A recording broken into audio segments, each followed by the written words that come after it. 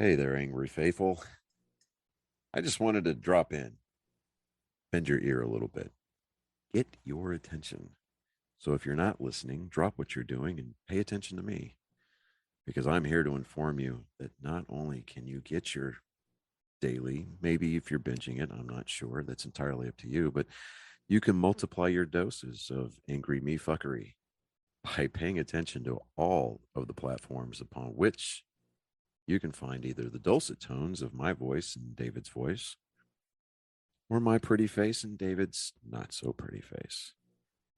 Anyways, digressing, we not only on we are on YouTube, we are on Spotify, we're on Rumble, we're on Google, Apple Podcast. We have a TikTok page.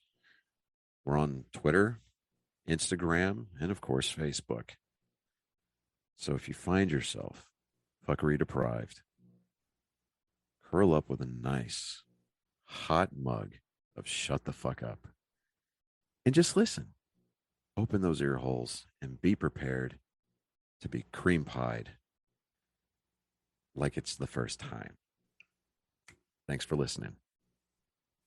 Welcome, Angry Faithful. Today on Psychos and Sociopaths, we got Eric Tansey from Faiure Podcast. The reason why I had you on here, and I'm glad you reached back out, is the basic fact is you're how long? 8 years or longer than that? Yeah, like 8 years. 8 years, Raleigh Police Department. And a lot of the cases that we looked through, I mean, the I don't think it was the dating game killer, but it was one of the serial killers. The cops showed up, saw what was happening. Instead of chasing after the guy, he, thank God, went to the child that the guy was the serial killer was raping and everything, and resuscitated her, took care of her. The guy got off and ended up getting free for a couple of years. Now go through the process of what a beat cop, basically anybody that's in a vehicle, I consider a beat cop, but is that a good terminology on that? Yeah. You could say like a beat cop or like a street cop or field operations. Every town's like different, right? So like a big city cop is going to be a lot different and have a lot different protocols than like a small town cop. Does that make sense? Like a small town cop, you can be like the town next to me where I live. The juvenile sex crime detective is also the robbery detective and is also the patrol, like the main patrol on night shift. No, that's it's totally understandable because I'm in Texas. Yeah. And that's where we got the different. That's why I kept on saying Central Time frame. Yeah, I get lost, man. You'd be surprised how many podcasts. Like, we had a guest on yesterday, and the times got all messed up because he was working off of Central Time and I was working off Eastern. So I'm always paranoid. Was it the Flat Earther guy? Yeah. Oh my! I just listened to that today when I was working. Oh, I'm still exhausted. I bet on, and you got to check these guys out on Faiure. I will keep on promoting these guys because he just pops up and he came on. But Wichita County is totally different because a lot of the smaller towns, like I think Electra doesn't have a police force. Right. Isle Park only has like one or two, and the sheriff's department, which my dad works for, he ends up going all over the place. Yeah. So it kind of like all depends, man. Like, a street level cop in Los Angeles, might be better than the head homicide detective of, BFE, Alabama. Does that make sense? No. It makes total sense. It's usually just depending on the region. I mean, if I took that LA cop and I put him in Florida Everglades until he saw this crime, he would just scratch his head. I think someone shot him. But there's alligators in there, and no, he was. Yeah, like if you put that LA cop like in a rural county, like where sheriff's department, and there was like a domestic violence, and his backup was 45 minutes away, that cop might like not be very good at that job. So I mean, it's like for me, like I talk to cops in the town that I live in, and it blows my mind that 2 cops can run a whole town, and that they go to these calls a lot of times by themselves. In Raleigh, our backup was within 3 minutes away all the time. So you never really took calls by yourself per se. I mean, sometimes it might happen, but like a lot of times you're like, well, dude, there's somebody's always within like 3 minutes of me. But it's a lot different if you're going to knock on somebody's door and help is like 20 minutes away, 30 minutes away. Yeah. That might be really scary. Yeah, dude, I was coming off from work one time, and there was the whole situation. It was a drunk driver incident. She survived, but the person she hit didn't. And I got my med kit for my vehicle, started doing like just taking care of getting the blood and everything like that, which kind of like impasse with that. It's still alive, but she was the one that killed this person. Right. But me and the cop went down, and we did everything. We busted up the window. And it was like maybe about 2 to 3 minutes more to where the more cops showed up and fire department showed up and everything like that, and everything's like centralized. But on stuff like that, I mean, what is when you show up for like you never made detective or anything like that, but I don't know if you're going to know this, but what steps would you go along the lines of actually processing a scene? So for the Raleigh Police Department, like we have a saying that in the Raleigh Police Department, like the way they train you is like every officer is a detective, and every detective is an officer first. So a way it works in field operations from where I came from, you handled a scene until you didn't have any more assets to handle it, and then you pass it off to a detective. So if you're a good cop, you would be passing a case off to a detective that the detective can pretty much solve really quickly. Like you should be able to show up to a scene, be able to collect some evidence, have CCBI come out and do all the photographing. And you should be able to write such a good report that when that comes on the detective's desk, he's like, okay, well, that's Mario Sanchez and he fled to Durham. And so we're going to send guys out there to get, a cop, basically a beat cop can work a case as far as that cop can work it. Now, if you're super slammed and busy and you just don't have time to work it because you're going call to call to call, you might pass off those calls really quickly to a detective.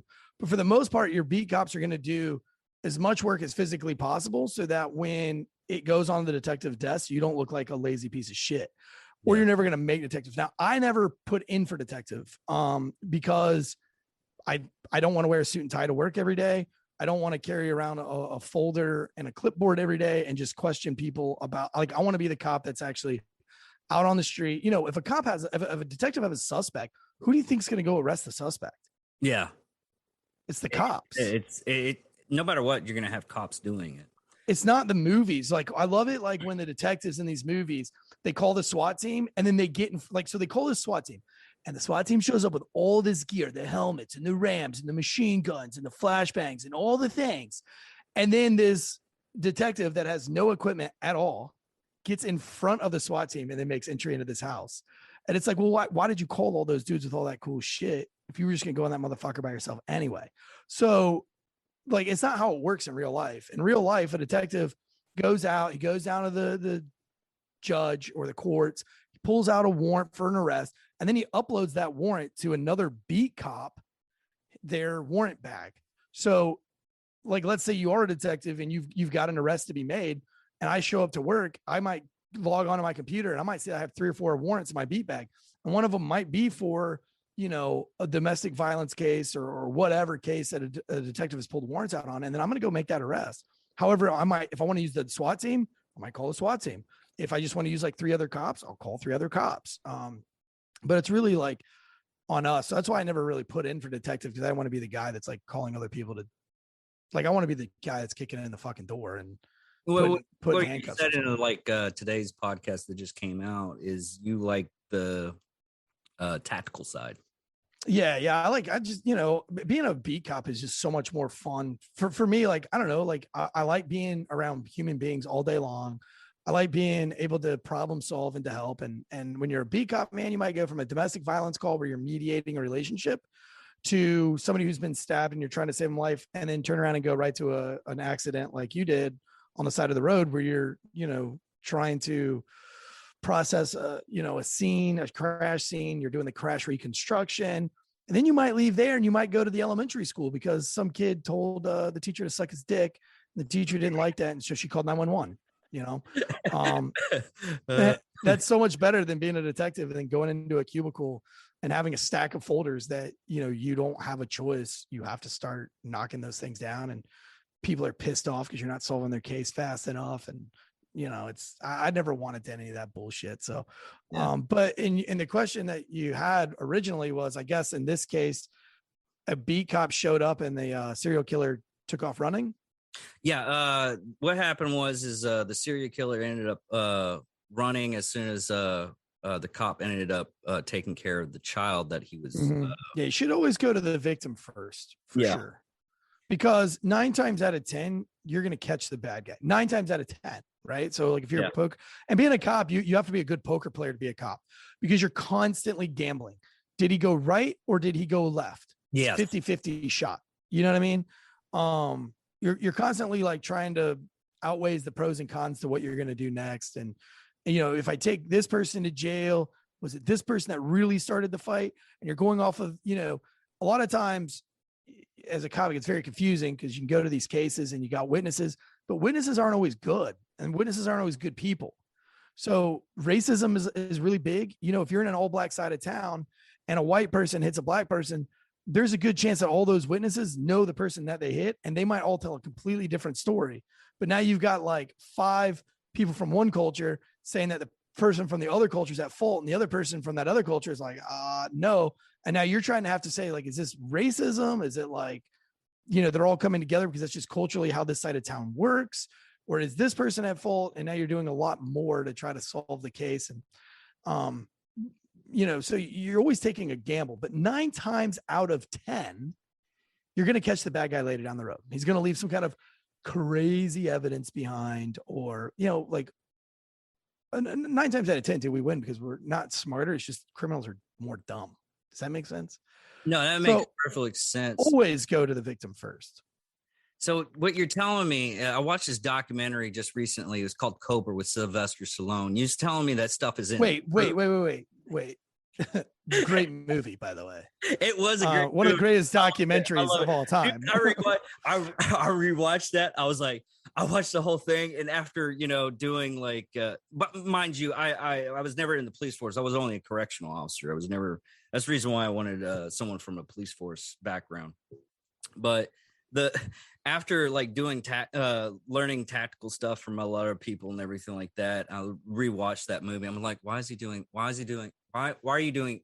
Yeah. Dear God, what is going in through your head? Then I just realized it was the 80s, and it was just they did weird stuff. Yeah, that's a great movie though. I can still hear like the clanking at the beginning of the movie. Yes, and that car. Yeah. Yeah, no, it's not. It's definitely not. Unfortunately, it's not like the documentary Cobra. But the another big thing that a lot of people get wrong is, I mean, we did look at a couple of things in like Texas Rangers here are a different breed of law enforcement because back in the 70s, not really until like 2001 after the 9/11 attacks, where a lot of the times different departments weren't like coordinating together, like FBI, ATF, all kinds of stuff. And I just got done having a conversation with a guy that his family was down in Waco during the David and funny thing I found about that is as a kid, he used to pick up like shell casings and bullets still that are still good from there. So I didn't know that. That's much wild. Yes. Think about how much ammo was blasted in that whole fucking place. And then he's just going around there and just picking it up because he said he'd get like boxes of ammo whenever he needs it. Oh yeah. But the departments nowadays somewhat coordinate. The FBI agent just doesn't come in and say, "This is my case now," and they more or less coordinate and everything like that. The FBI is really only there like the FBI only gets involved again, like when you don't have any more assets available to you. So like if you're a small town, right, and your homicide detective has solved like 2 homicides in like 7 years, and there's a really strange homicide, the FBI is probably going to get involved because the FBI has way more, like whatever field agent they send there, it's going to have way more experience and way more assets. But when you're in a city like Raleigh or Tampa, Florida, or Orlando or Los Angeles, or bigger cities, the FBI is probably going to rely on the city more than the city's going to rely on the FBI. Meaning that the FBI might have a case, and let's say the FBI is doing a case on, I don't know, something stupid like stolen food stamps, or I don't know, something like it's a federal. I think there's only one case that we had, like I remember, of FBI coming in. It was like a hate crime against a African American church, and that was that they might work a hate crime just because, I like I said, I don't know much about Wichita, Texas, or wherever the fuck you're from. Is that a big town or is that small? Wichita Falls, Texas. We have Shepherd Air Force Base right next to us. I've never even heard of Shepherd's Air Force Base. Is it big or small? We're about 45 minutes away from Fort. Well, how big is Wichita? Like how like people wise? People wise, probably about 100,000. Oh yeah, okay. It's a decent sized town. Yeah, it's fine. But yeah, I mean, it's like I said, it all goes to on kind of what town it is. But like I know for like Raleigh, like I assisted the FBI lots. Like, hey man, you work this beat. Yeah, this is my beat. Hey man, I'm looking for this dude. This is what he looks like. This is what he goes by. I got warrants for X. Do you mind if I work with you and try to find this guy? Yeah, like let's go. Let's like find him. We'll start questioning dudes, and I'll go out on the street and I'll have that guy's cell phone number, and I'll go run by all my contacts and my CIs or confidential informants or people that owe me shit. And I'll talk and I'll call him and I'll, and I'll guide him into where the house is at. And then he and I would probably go serve that warrant together. If not, he might say, hey, can you grab that guy? And I might call 2 or 3 other field cops and we might go grab that guy and then just drive him over to whatever facility he's at. So it's all like, I guess, like depending on what the crime is and what your assets are, and everybody works together. But it is difficult working with other agencies because everybody's different. It's not so necessarily the agency that might be fucked up. It might just be the agent that's fucked up. Because, you might have an agent that's like, I'm FBI, I know everything. And he might be a real dumbass and he kind of fucks things up and doesn't utilize his resources very well. And he's tromping around in your area and he doesn't have, his credentials showing. And it might cause confusion and chaos because he's, frankly, being a cunt. But that never happens. I mean, we didn't have like an ATF almost get arrested anytime soon, did we? No, there wasn't one that just got like proned out on the ground that was like trying to serve a warrant and made a viral video. And by the way, that dude is a cunt, by the way. 100%. Oh, yeah. If a fucking cop points a gun at you, just obey him. Like, that's the crazy thing. All these people that get shot, black, white, Hispanic, old, young, whatever, they all have one thing in common. None of them are obeying what the cops are asking them to do. If somebody's pointing a gun at you and they tell you what to do, probably a good idea to fucking do it so you don't get shot. Yeah, I was like, I got pulled over going to the TAC one time, and he was a good guy. He was DPS, pulled me over. I stopped. I did the brake check too fast, and he was coming towards me. So that's how I got pulled over. But, I mean, after a while, I spent about 20, 30 minutes just talking with the guy, just shooting the shit. Yeah. Yeah, that guy was a douchebag. And yeah, cops should have shot him. Made a point. Shoot that dumbass. God, I would have beat the fucking brakes off that guy, to be honest with you. I can't believe someone would. I would have pepper sprayed him at least. Like, I know I couldn't get away with just like hammer fisting him a whole bunch of times. So he was on the ground, but I would have been like, "You're not gonna get on the ground. You're not gonna get on the ground." I would have whipped that pepper spray out and hosed his ass. I'm not down. After getting pepper spray doing corrections, I'll just keep the pepper spray in my hand, and if it doesn't go off when I punch them, then I'm good. Yeah. Oh gosh. Yeah, no, I'm spraying that guy. That guy needs to live with like 2 days of agony for being done. Do you know what happened with that case? I never even followed up back on. I'm glad you brought it up. I need to follow back up on that case. I Uh, hope that asshole got fired. so far they're keeping it on the down low as of right now. What an embarrassment. Uh, Was he ATF or FBI? yeah, it was What was he? ATF. What He a was fucking ATF. joke. The ATF needs to go away anyway. The problem with the ATF, and I shouldn't say that because I do know some ATF agents that, I think are really good people. But like, as a whole, there's nothing the ATF does that like street level cops can't do. Yeah. Like, there's no reason an ATF needs to go. Like, if an ATF has a warrant for your arrest, just call the local cops in that jurisdiction and have them go take care of it. There's no reason the ATF needs to be knocking on your door for any reason. Oh yeah. Sit in the office, build your case, and then have a real cop go deal with it. Yeah. You're ATF. right. You're not a real cop. You're honestly absolutely right. There's certain divisions and everything. I don't even reason why they're freaking around. I was like, my job when I was in the military was services. My job was a cook, fitness, morale stuff, honor guard, and mortuary. It was one thing. Yeah. Separate all that stuff. Yeah. Then where are you going to go? I mean, it's why go to Z just to get to F? Yeah. Yeah. That was a funny case. So yeah, I'm glad you brought that up on the show, man. I might follow back up on that and deep dive that one because I think that's really important. Like, the job is hard enough. We shouldn't be making it hard on each other. It's like corrections, right? If I go down to corrections and I got a dude that's being a douchebag and you don't want to deal with it just because you're having a bad night, like, don't just automatically assume that me, the cop, is having a great night. Like, we got to work together. Like, I hate going down to corrections and then being like them catching attitude with me for whatever reason because they're having a shitty night. It's not like it's my fault. It's not like I said, you know what? I want to find the drunkest motherfucker to bring into your jail tonight. But sometimes you walk in with that drunk motherfucker and all the corrections guys are like, look at this asshole. This motherfucker's bringing in this drunk piece of shit at 4 a.m., and then they're all mad at you. And I'm like, look, I'm not the one that got drunk as shit tonight. He did. Yeah. And I'm not the one that like went and found him. Like, somebody called 911 and I had to go and deal with him. And now you have to deal with it because it's your job too. Like, we all got to work together. But for some reason, like us in law enforcement, we all like to like, have dick measuring contests or like, I don't know, shit on each other. I mean, I used to shit on troopers a lot and stuff like that. But I always loved corrections and I always treated corrections very well because at the end of the day, they are the gatekeeper.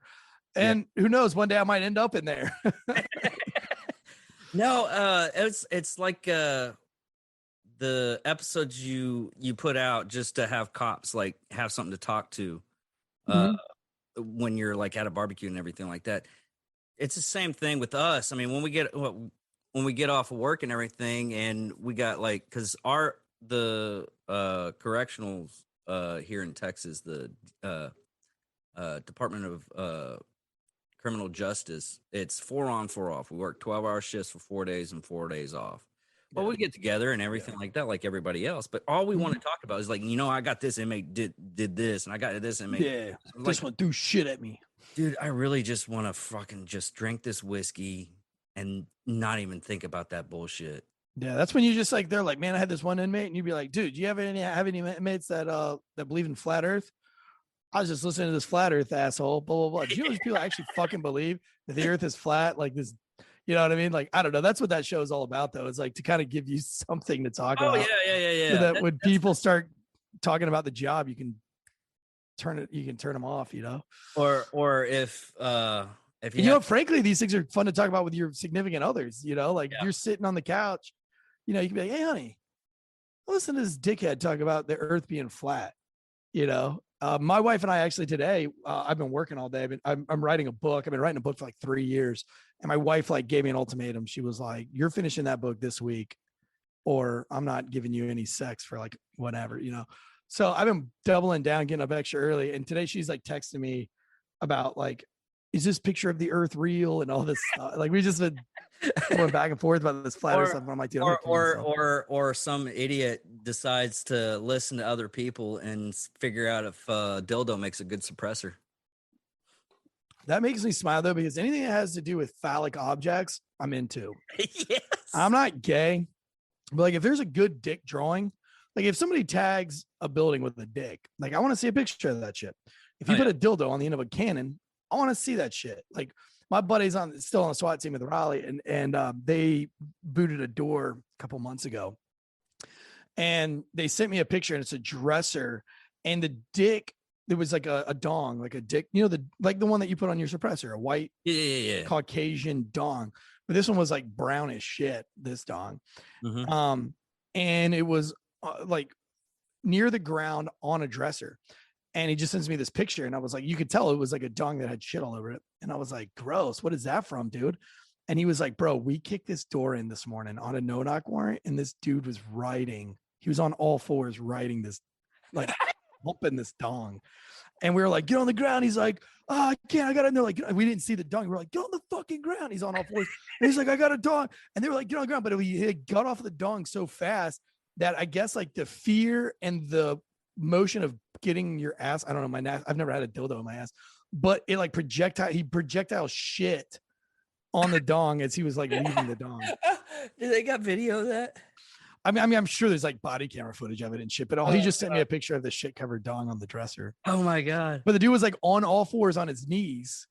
And I guess he had like there was another thing on the ground. I asked what that was. And he says, I don't know. I think it's so his knees didn't get rug burn. And I was like, get the fuck out of here. What the fuck? And I was like, I had to ask, I was like, was it a white dude or a black dude? And he was like, it was a black dude. And he's like, why? Question mark. And I was like, it's a white dong. I don't know. It's like, is that a thing? Is it like, do you like, I don't know, like some white dudes, right? Might want a black girl. They might want an Asian girl. Are gays kind of the same way? I don't know a lot about gays. So I'm like, are gays like, man, I want like, are black gays like, man, I want a white dick. You know what I mean? My thinking Or is, you just buy the dong that's on sale. yeah. And it's always the white ones because they're smaller. I've been wanting to do a skit and using the phrase hate crime, and it just ends up like it's a gay couple. Mm-hmm. The black male is the female style and everything like that, and he's born as white male, and his white male is in the Klan. Oh. And what they do is so it would be like the black dude or woman or whatever it is like fantasizing that he's butt raping a Ku Klux Klan member. Yeah, that's fucking cool, dude. I can't. That would just blow minds. That would be a great meme. Yes. I've been like we do role like your meme is like we do role play a little different. Yeah, we don't kink shame. Yeah. Well, I was the hard thing about it is I was talking to yeah. So is that racist? Like, is it racist if I made my wife do blackface because I fantasize about having sex with a black girl? Because it wouldn't necessarily be being racist because I would be fantasizing about having an African American woman. Yeah. So is that racist then? It totters the line. Like a lot of things like ended up tottering the line. Like Japan has these face masks that are like super real. It's like Face Off. You're taking another person's face and putting it on. Ew. Well, we were I'm gonna get a Casey Anthony one for my wife. Hey, hon, can you look like Casey Anthony for me tonight? Put this. I want to really reel her. I just really want to. Like, I really want to just make love to you and smash your vagina like you smashed your child. No, I'm just kidding. So, well, we were talking about these masks and everything because you basically is like, hey, I'm going to take your face. I'm going to go rob a bank. They're going to think it's you. The only problem with us doing this because it was part of the podcast. We're going over what we're gonna talk about and everything. The only problem we had was there was a cop right behind us that was listening the entire time. I mean, he was like, and I was like, you know what? Fuck this. I got this. He's like, what? I'll just give him a free meal. He'll forget everything we just said. Yeah. Buy that. Do some Chick-fil-A. He'll shut the fuck up about it. Oh, yeah. Like, oh, you're gonna go rob a bank? Nah, it's fine. Just give me some of that Polynesian sauce. Well, I told you it was only going to be 30 minutes. We're at the 28-minute mark, and I know you're busy today. I'm good. I got 15 minutes left to my next Okay. So I'm good. So, there's another thing. I actually wanted to. I'm going to either do this myself or see if y'all want to do a collab on this one. Is truck driver murders. There's this thing. I found out. It was like a LA Times article. I'll send you the article. And it was about truck drivers, serial killers, I guess. Right. And what it is the theory of the whole thing that the FBI said was the basic of they can pick up somebody from like New York, go 2 states over, kill the person, go 3 states over, dump the body. Yeah. But there's another, and the reason why I started getting into that wasn't the whole the truck with the immigrants.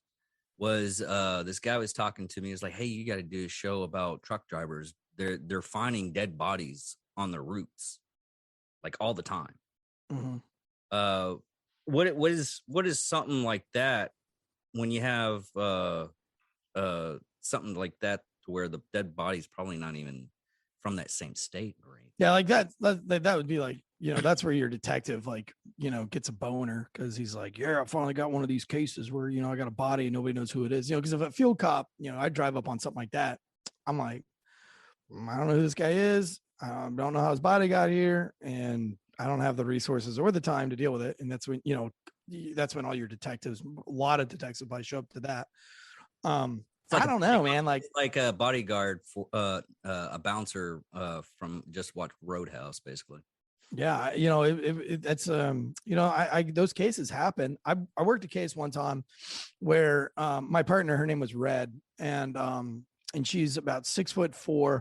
She's a very pretty girl. She was a basketball player, and she was a hell of a CrossFit athlete and a fighter. And so we were beat partners. We didn't ride together. We rode together a lot, but not every night. Sometimes we took separate cars and shit like that. We would just, patrol together, like wingman type deal, split up, and then, always be within like 3 or 4 minutes of each other. But one night she got a call, and it wasn't a call because it was like, if Raleigh's so busy that if you don't want to tie up the radio traffic, sometimes dispatch will just type on your computer a call for you to go to.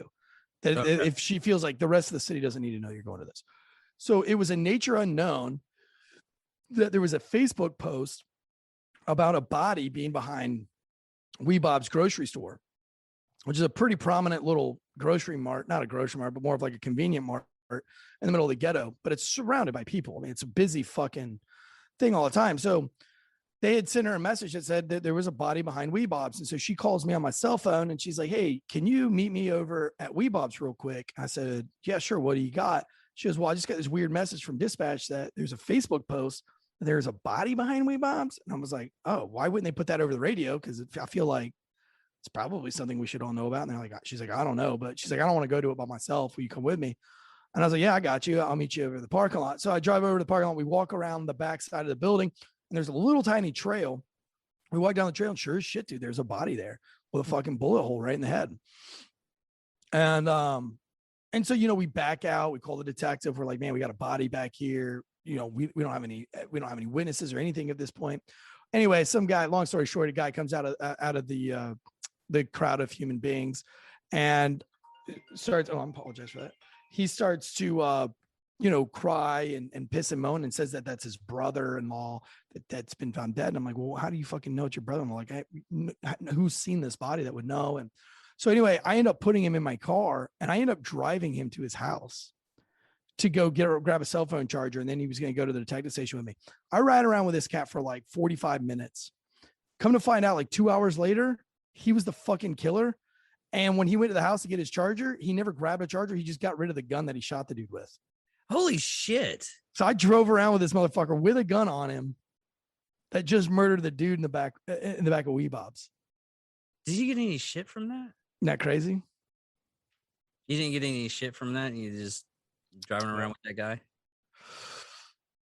Yeah. I mean, I got a stern talking to. I mean, it's fine that I drove around with the guy, but like, I didn't search the dude to put him in my car. So I got a little slap on the wrist for that. I mean, I actually put that whole story in my book.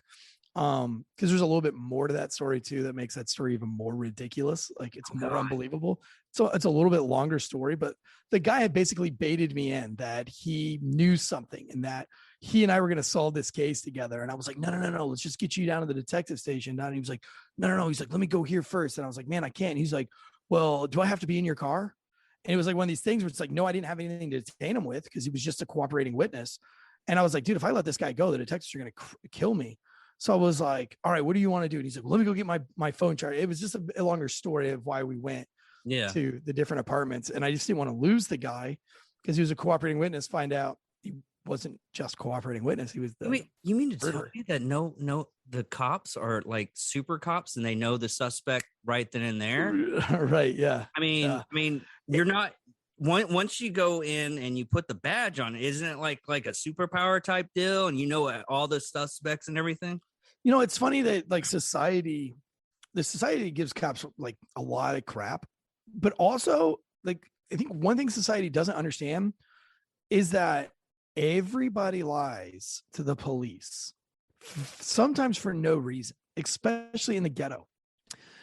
You never know who's telling the truth. And people are so good at lying. I was not allowed to lie as a child. Yeah. So I'm a terrible liar. If I cheated on my wife, she would know within 30 minutes, probably because I would just tell her I cheated on her because there's no way I could keep a secret. But if I didn't tell her, I would still just like accidentally come out with it, be like, yo, let me grab that meatball. I'm really hungry because I just fucked another chick. I mean, I'm really, you know what I mean? Like, but these people that you meet on the street, man, they can lie about anything and they can convince you.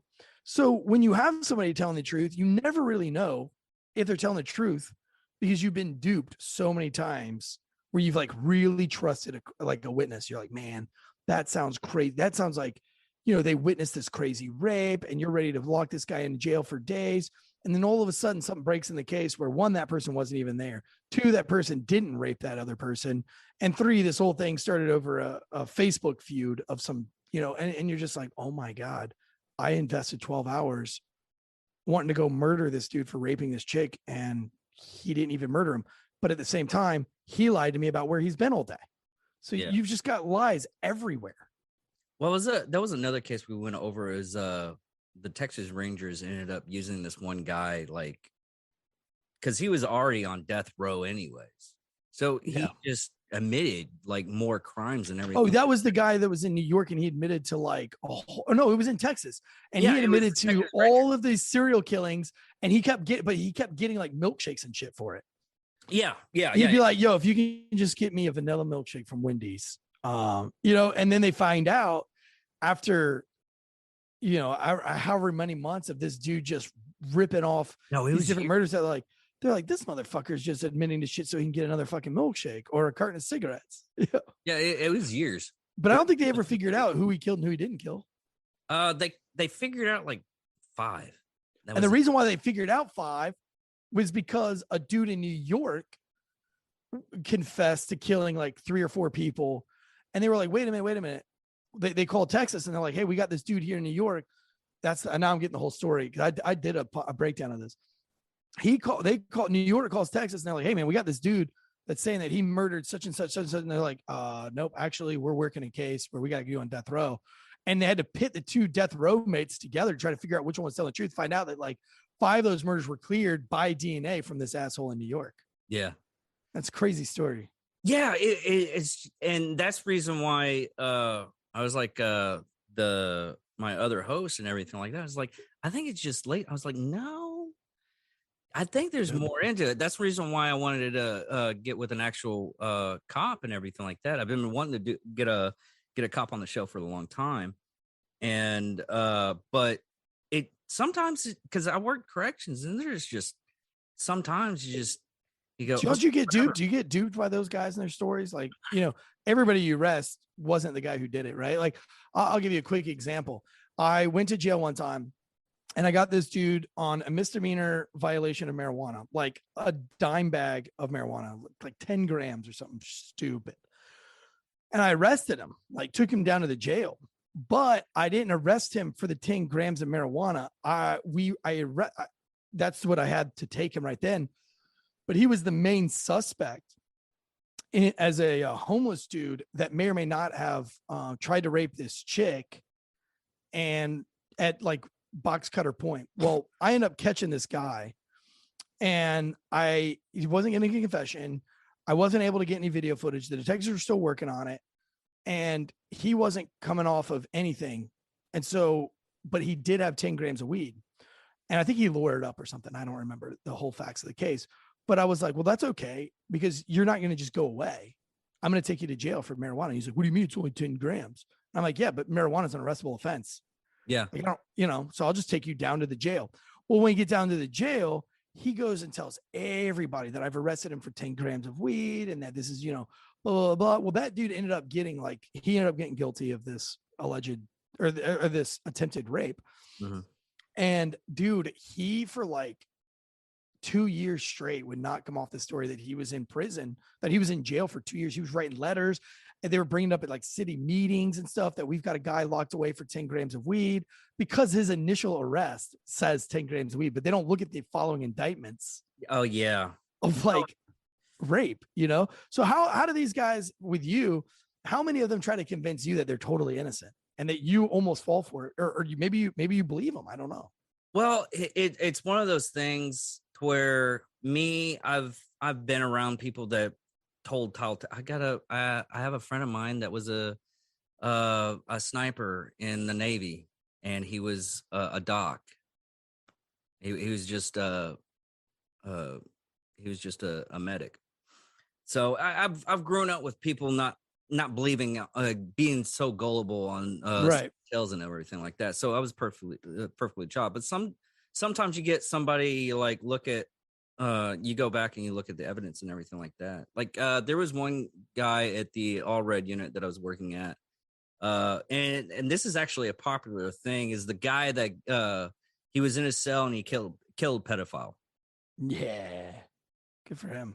Justified. He was in the All Red unit. What had happened was he was busted for drunk driving initially when he went to jail. People don't get what this is his second pedophile he's killed. The first pedophile was when he was in jail. He was in jail, and this one of the inmates just kept on boasting about how many kids he's raped. And this guy was just drunk. He would have been gone like 24 hours. Yeah. And he murdered the guy. So he murdered, even though he murdered a pedophile, which he shouldn't have gone scot-free in my book. Yeah. He went to the All-Ren unit. He was in for like 16, 17 years. And then they put him again with another pedophile. And he's like, hey, listen, this guy's a pedophile. I don't want to be in the same cell. But people in there weren't listening or anything like that. God, tell me he killed another one. He killed another one. Fuck yeah, dude. This guy's my hero. I would if I was the warden of the jail, every pedophile would go in that guy's cell. I'd like, just rack him up, dude. There's so much. That sucks. You go to jail for like an overnight DUI and you end up going to jail for 16 years because you whack a pedo. But you know what, dude? Like that's like maybe he's like an angel of God at that point. Yeah. What's really weird about dealing with the outside criminal stuff and dealing with the inside criminal stuff is like my first shakedown on a cell was with a pedophile. And the only reason why I knew a pedophile, it was stacks of something from the internet, something called Tickle Me website. They're fully clothed and everything like that. And I took it up to the front desk. I was like, listen, this was in his cell. Oh, are they clothed? Well, yeah, they're fully clothed. Take them back. What the fuck, like, dude? Fuck. I was so fucking pissed. I would accidentally have thrown those away. They didn't make it for some. Good. Yeah. I slipped and fell. I'd be like walking through the hallways and like drop it like in front of like another cell of like hardened gang members and be like, oh shit, I dropped the pedophile's fucking books with all of his little teeny boppers shit in there. But hey man, I appreciate you having me on. I got another show I gotta be on here shortly. But anytime, dude, if you got my number, if you guys got any cop questions or if you need a cop to help you break down a case, dude, I'm always I always love coming on other podcasts and helping out, whatever it takes, man. Thank you. No problem. Thank you for coming on, man. All right, man. Have a good night. Cheers.